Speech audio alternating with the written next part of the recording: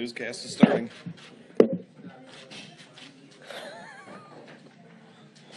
Been waiting to do that all day, haven't you? Bring the mic down. Do they look good? What? No, not with the mic that far up, you don't. What? I feel short. We will continue our media availability. We now welcome Matt Kenseth, driver of the number 20 Dollar General Toyota. Matt has 23 starts here at Texas, 2 wins, 13 top 5, 16 top 10s, and an 8.3 average finish, best in the series here at Texas. Everything's big at Texas, even this mic and this desk. All right, I'll raise myself. Is that better? I don't even have a comeback for that. Is that better? That's much better. Let's do this. Yeah.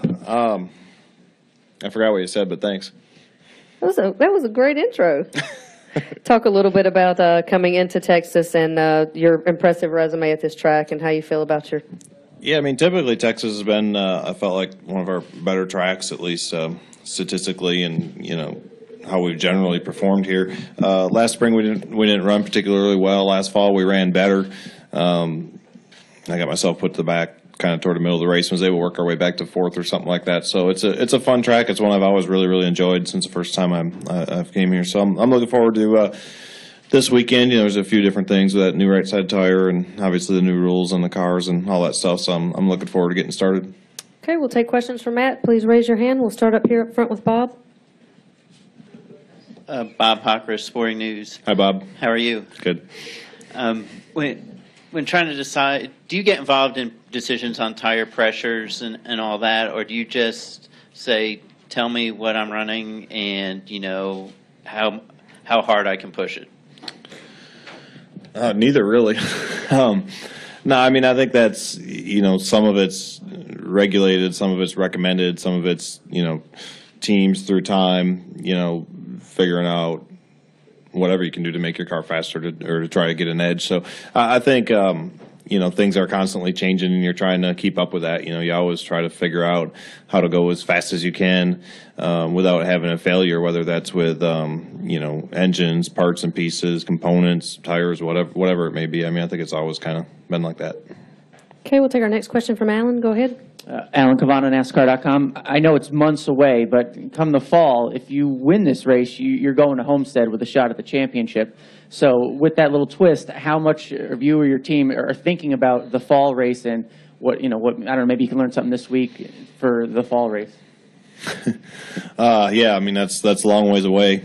And that's not exactly true. You have to be in that 8 or whatever. So there's only 8 guys if they win this race, go to Homestead. So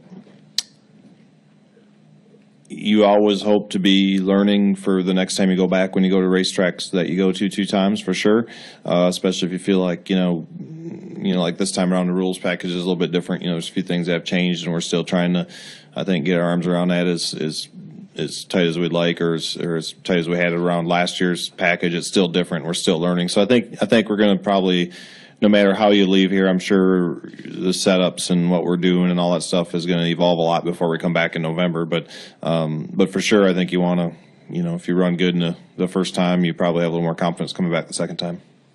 Okay, we'll take our next question from Claire, then come back up front. Claire Buelang, Sirius XM NASCAR Radio. This racetrack, Texas, people come here, we expect a mile and a half, so, you know, we kind of gauge and rate the teams based on coming out of here. What are your expectations about what we may learn here, and if it's even premature to say when we leave Texas, we'll know so much more? Yeah, I mean, everybody likes to group the mile and a halves, and really I think they're all really unique. Texas is a very unique racetrack with the transitions from the straightaways to the corners. From, you know, the transitions are a lot different than any other racetrack that we go to. So I feel like this place is pretty unique. I think the surface, tire drop off, where you're running on track, the race, all that stuff, I think will be, you know, somewhat like California. You know, they're somewhat like each other. So high-speed racetrack like that. So, you know, again, I think all the racing's been good this year so far, and I think that everybody's still learning these new setups and the no ride height thing and the added downforce and all that stuff, and everybody's still kind of gaining on that. So I would expect the competition would keep getting closer together, you know, for the next month or two while everybody's kind of still figuring it out. Okay, we'll take our next question up front. Go ahead. What's up, Matt? David, locally Hey. from NBC5. Question. Eddie Gossage gave you the remote to that Big Hoss TV out there. You can watch whatever you want for the evening. What do you turn into? I don't know. What's on tonight? Badger game Saturday night. Cheeseheads are playing down here. I don't know what I turn on right now. I don't know what's on because I'm getting ready to practice. I guess I'd turn practice on. It's probably what he'll turn on, too. Can I sneak over to AT&T Stadium at any point? Maybe even Monday? No, I won't. I'll probably watch it on TV. Yeah, hopefully he'll turn it on. I'm going to put a request in as soon as this is over. Any final questions for Matt? Dustin, right here in the middle. Dustin Long, MRN.com. What is different in the sense, and I know that all the rules are different, but how do you feel differently this year opposed to last year this time? Obviously, you'd had the win, and you know, with being with the organization still early on, is this a continuation of what, you know, what do you see that's different? Because obviously last year you had the win, and this year you don't at this point, but obviously it's still early. But how do you look at the way the seasons, I guess, have started this year and last year? Yeah, you know, it's funny. I think it was, I don't know. I've been asked a few times about having a slow start, you know, and we're like 6 points out of the lead or 9 points out of the lead or something. So it's kind of funny the way it works. So I feel confident. I feel good. I felt really confident at this time last year, you know, coming off that win at Vegas, led a ton of laps at Bristol and just got caught up in that wreck. You know, ran pretty good at Martinsville. You know, we had a really great start last year, led most laps at Daytona. So I had a ton of confidence coming in here last year, especially feeling like it was probably one of my best tracks, you know, personally through the last, 10, 12 years or whatever. So had a lot of confidence coming in here, and we didn't run as good in the first race as I thought, or we thought we should have. So I still have a lot of confidence. I feel like it's been a little more challenging, I think, for the teams to get caught up with these new rules because your setups are just different. You know, we don't have the same baseline we had last year and all that kind of stuff. But I feel like every week we keep improving and we keep getting closer. We didn't have the dominant cars at California, the 48 and 24 really dominant, but Kyle was still able to get the win there at the end of the race. So I feel like we're gaining on it. You know, I'm confident, but I'm also looking forward to getting to work tomorrow. It's a very unique schedule, so we'll be able to get some practice in, have a night to look at some stuff, and then you know, hopefully have everything nailed down by the time we get done qualifying Saturday. And with these new rules, obviously, like you say, this is a challenge for the teams, for the engineers, and for the crew chiefs. And I know at the end of the day, you still got to be comfortable in the car. What is the challenge to you in learning it? Is it as much just, I guess, just simple feedback, or is it more of a challenge for the crew chief and engineers than it is to the driver from your perspective? You know, I think it depends. I think every driver, crew chief, engineer, combination of the team, whatever, probably has a different relationship. I think some drivers are probably just like, yeah, it's doing this, and the crew chief knows them good enough and knows what to fix, whatever. And there's other people that are more involved. So I think the biggest challenge for me was through off-season testing last year, beginning of the year, doing all that stuff.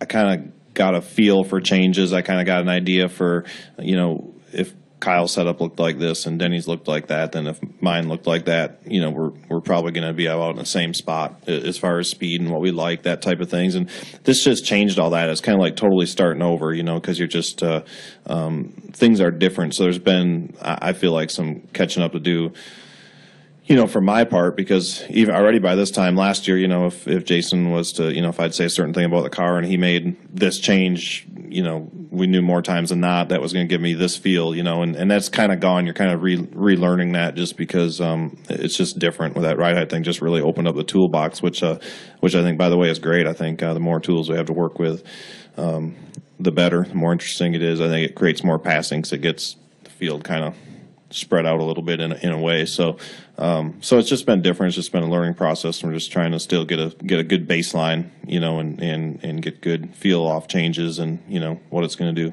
Where did you hit on it this year? This year? Yeah. I think we're still working on hitting it. Okay, we got another follow-up from Bob. Bob Hucker, Sporting News. You talk about the box being a little bit more open this year. Do you like the fact that NASCAR is saying you can kind of choose your air pressures, that there isn't a mandated air pressure. It seems that you all at Gibbs seem to be okay at California compared to many others in the field. Yeah, I mean, there's a probably more than just one thing that goes into some of the problems there. We certainly have different cars this year. We know we have a lot more downforce than we had before, and the rules package is opened up. So our corner speeds are up. So obviously the tire loads are up, and those are all things you have to think about when you're picking up your setup and air pressure and stuff. But yeah, I mean, I think that they need to leave us tools to work with. I think it's up to us. I mean, if we see there's a problem and it's something that we're doing, whether it's speed or not, you still have to finish the race to be able to win it. So you have to be able to adjust to that if there is something you can do to control that. So it seemed like there was some problems there that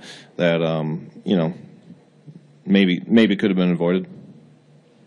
Matt, thank you very much for your time this afternoon. All right. We appreciate it. Good Thanks. luck this weekend.